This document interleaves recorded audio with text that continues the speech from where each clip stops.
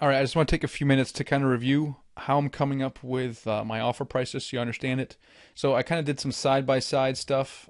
You guys are asking 2.25 here, and this is kind of the marketing package that you put together where you're showing a 5% vacancy rate and essentially $182,000 in expenses, which is a total NOI of 180, and you are advertising an 8 cap in the marketing package. Okay, so but as we talked about, the actual financials are more like 10% vacancy, which also includes some bad debt. So I am underwriting this deal with that vacancy rate as well. And if I do that at the asking price, then that obviously reduces down the cap rate to 7.1%. So the other thing also, as I told you before, is I need to be able to achieve a certain return for the investors because I'll be syndicating this deal. So let me look at those assumptions here real quick. So down here, what I'm really looking for is I'm looking for an average annual return of 12%.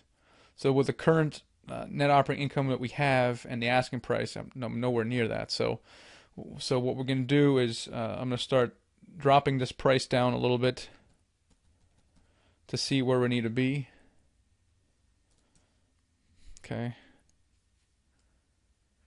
Now the other thing also is our assumptions are that we're going to have a 20% down payment and at 5%, which, as you said, you already had a lender that is willing to lend at those terms. So I'm using those assumptions. Again, if those change once we get into due diligence, obviously that changes the deal, but I'm just going with what you told me. So this is what I'd like to pay myself, an acquisition fee of 3%. These are the numbers that I just showed you in the scenarios with a 10% vacancy. And then it'll be split with the investors will get a 5% preferred rate of return and then 50% equity with an asset management fee going to me as well as a transaction fee at time of sale. So anyway, we're at 10% right now. So need to be a little lower. So now we're at 12.78, and like I said, for this to work, I need to be at 12%, so we can go maybe a little higher.